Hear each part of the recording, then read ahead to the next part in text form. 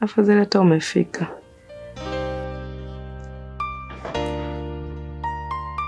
Mangu, nilikuwa nataka niende kwenye msiba. Shangazi yangu amefariki. Kwa niko nasubiri tu ufike mimi niondoke. Mke wangu, hivi kwa nini wanawake mnaongoza kukosea?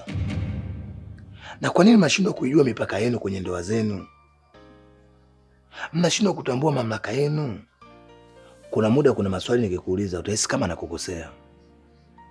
Hivi ulivyotaka kuolewa ilikuwa yali yako ama ulazimishwa? Na kama ilikuwa yali yako, je, ulifundwa? Walikuelekeza mipaka yako kwenye ndoa? Nisikize mke wangu. Mwanaume akikupenda maana yake amekuweka moyoni.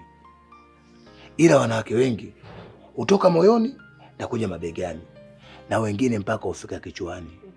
Hakuna cha lakini. Wewe pia unataka kunikaa kichwani kwa sababu unaenda kwenye mipaka ambayo si ya kwako kuivuka. Mwanamke aliolewa mwenye kujitambua huwa haagi, anaomba ruksa. Ila wewe nilipofika unaaga kuondoka. Maana yake unaingia kwenye mipaka yangu. Mimi nilipoamua kuoa nilikubali kuvunja uhuru wangu na kukusikiliza mke wangu. Basi kama na wewe umekubali kuolewa, uvunje uhuru wako na kunitii mume wako. Naomba unisikilize. Swala kwenda kwenye msiba halipo. Ila kama utaamua kuondoka, ukivuka mlango ule, hiyo ndio itakuwa talaka yako.